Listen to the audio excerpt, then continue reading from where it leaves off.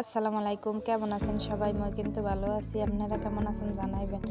আজকে মই আপনাদের লাগিয়ে লইয়েছি একটা স্পেশাল ভর্তার রেসিপি। এই রেসিপিটা যে একবার দেখবেন হ্যাঁ বারবার খাইতে মন চাইবে।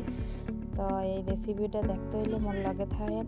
এর লাগিয়ে মই প্রথমে মিষ্টি কুমার আছে হেইয়ের রাতিসহ বিছি আলাদা কাটতে নিছি এবং ধুইয়ে নিছি। হেইয়ের পর একটু ফ্রাই প্যানে তেল দিছি, হলুদের গুঁড়া, একটু লবণ, একটু মরিচের গুঁড়া দিয়ে ভালো করে আতিগুলোরে ভাজে নেবো।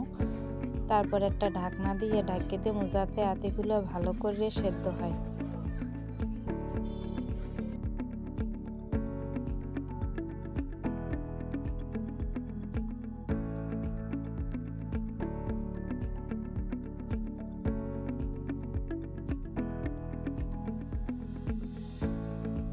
আতিগুলো সেদ্ধ হয়ে গেছে, এখন মই আতিগুলোরে উড়াইয়ে নেব।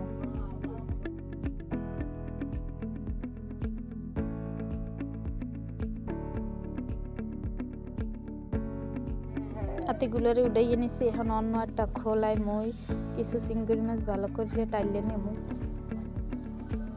চিংড়ি মাছগুলো একটু ভালো করে টাইলে নেবেন যাতে চিংড়ি মাছের গন্ধ না হয়। এই তো মোর চিংড়ি মাছ টালা প্রায় হয়ে গেছে। এখন মই কিছু সরিষার তেল দিয়ে দেবো। সরিষার তেল দিয়ে আর একটু কিছু ভাজে নেবো। এরপর দিয়ে দেবো পেঁয়াজ কুচি, এরপর দিয়ে দেবো 4 কোয়া রসুন। ভালো করে আবার তেলে ভাজে নেবো সুন্দর করে।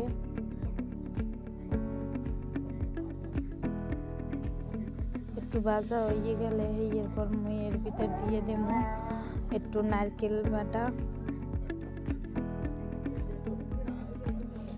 বাটা দিয়ে আবার একটু ভালো করে ভেজে নেব। দিয়ে দেবো সামান্য একটু লবণ দেওয়ার পর আগে ভেজে রাখা এই আতিগুলো ভালো দিয়ে দেব। দিয়ে তারপর ভালো করে লাড়িয়ে চাড়িয়ে মিশিয়ে নেব। মিশিয়ে নেওয়ার পরে এরপর দিয়ে দেবো ধনিয়া পাতা দিয়ে আবার কিছুক্ষণ ভালো করে লাড়িয়ে চাড়িয়ে মিশিয়ে নেব।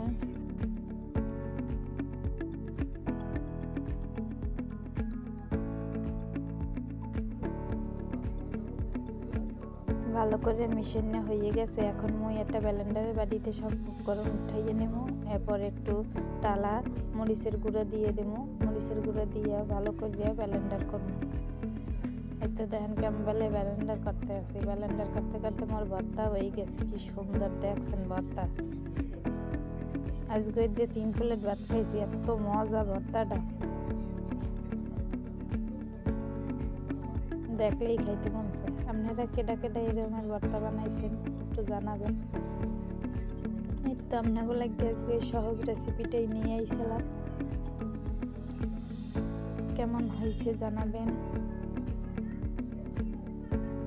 এটা দেখতে যেরকম সুন্দর, খাইতেও এরকম সুন্দর।